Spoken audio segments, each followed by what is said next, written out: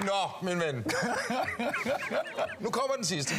Og jeg kan lige så godt sige, her er det manden til højre, vi snakker om. Og jeg vil bare advare, inden man starter klippet. Ens øjne vil så gerne søge hen til ham mod venstre.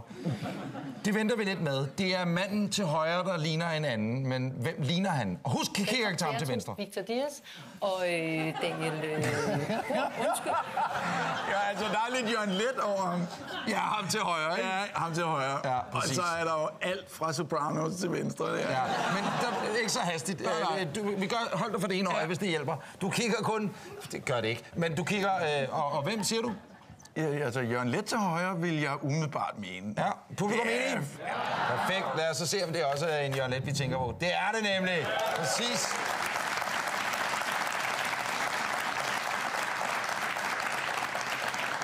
En god gammeldags 90'er udgave af Jørgen Leth.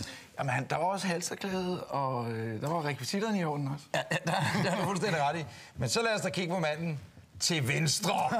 Apropos rekvisitter, der er en eddermame også et flot stykke mandfolk. Hva? Ja. Jeg kan sige, at han hedder Victor Dias. Han er fra Argentina. Ja. Og han ved i den grad noget om tango, du. Ja, men det kan man se. Men spørgsmålet er, hvem han ligner, Søren? Han ligner faktisk lidt den amerikanske Scientology, hvad den hedder. Robert? Nej. John Travolta? Ja. Det er også et godt bud.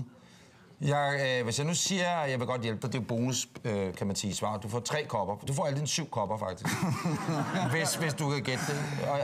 Og du var selv lidt inde på det før, da du så ham første gang og sagde, wow. Nå, sagde jeg Sopranos? Ja, altså, men... jamen, så vil jeg nok mene, det er ham, Little Steven, fra, som også er med i hvad hedder det, Lilyhammer. Vi skal over en virkelig person. Han lever ikke mere, så vidt orienteret. Nej, det gør han ikke. Han er død. Han var måske Sopranos godfather. Ja, det er han også. Fred være med ham, Ricardo. Men...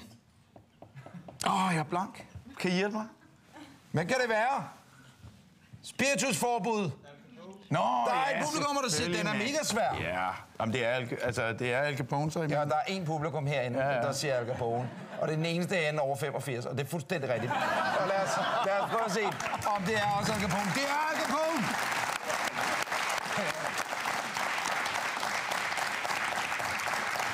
Hvor ser han i øvrigt sej ud? Han ser sej ud. Jeg var publikum deroppe, han ser mega sej ud. Hvad hedder du?